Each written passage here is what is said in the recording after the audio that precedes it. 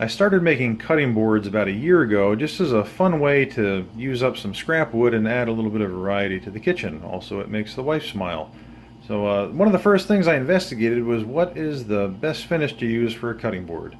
And just about everything I've read or watched said that mineral oil, or sometimes an orange oil and wax mix, is the best solution. But in every case that I've seen, you have to reapply the finish periodically because mineral oil does not dry out, and therefore it doesn't last. It'll just wash out over time. And I wasn't really digging that approach because I wanted a finish that was going to hold up over time with no maintenance. So for most of my projects, I like to use Waterlox. Not sponsored, not getting paid anything by Waterlox. I've just been using it for a long time. It's a tung oil varnish, and it's relatively thin, and it seems to be a very durable finish.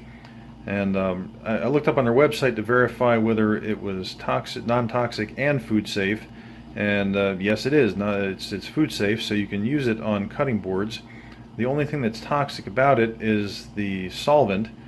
And according to their instructions, you have the initial evaporation of the solvent, which occurs after several hours, and that's when the finish is dry to the touch.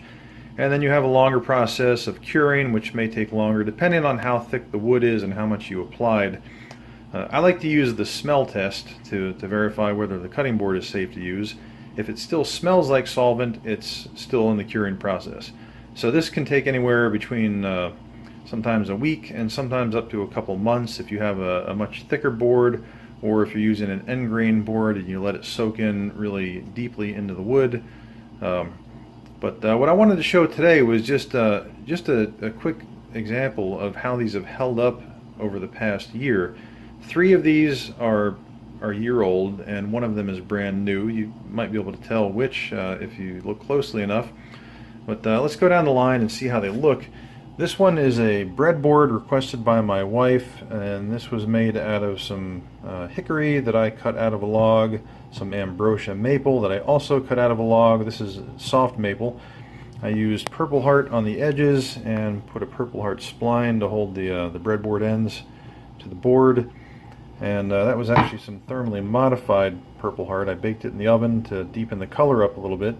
And you can definitely see some scratches on there because it's a breadboard. It's been attacked with a serrated knife, which has given it a little bit more wear.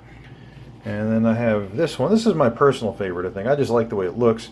This was made out of cherry, some of that same hickory, and walnut, also with a Purple Heart spline. And I even put because this was the grain was running that way, I also put the Purple Heart dowel in the end just to provide a little reinforcement through that part.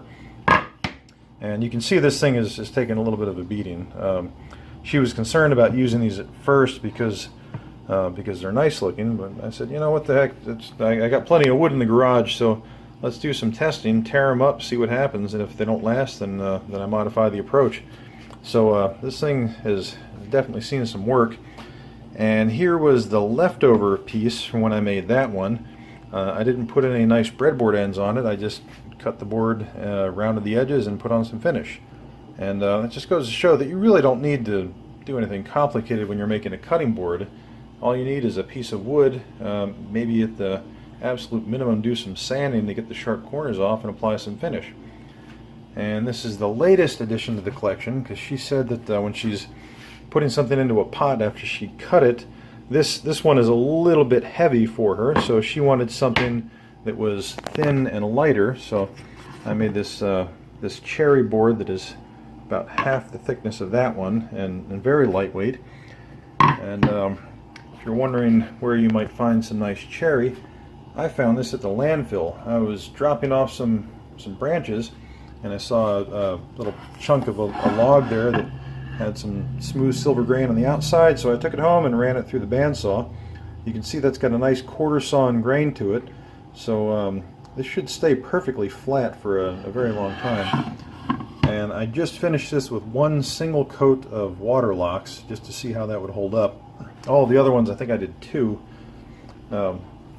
But really you can't, if you look at the color and the appearance of these boards, you really can't see a major difference between the brand new one and the ones that have been used for the past year. So There has been no reapplication of oil, no maintenance. It's just been washed in the sink with soap and a Brillo pad. So they've taken a beating, and with no reapplication of oil, have held up pretty well. So my conclusion is that if you're going to get into making cutting boards, you could go the mineral oil route, but I think that for my purposes, that is a waste of time and resources. You're better off spending a little bit more on an actual hardening penetrating oil, such as Waterlox, and then you'll end up with a sealed board that's just going to last a lot longer with no maintenance. And to me, that just seems like the best way to go.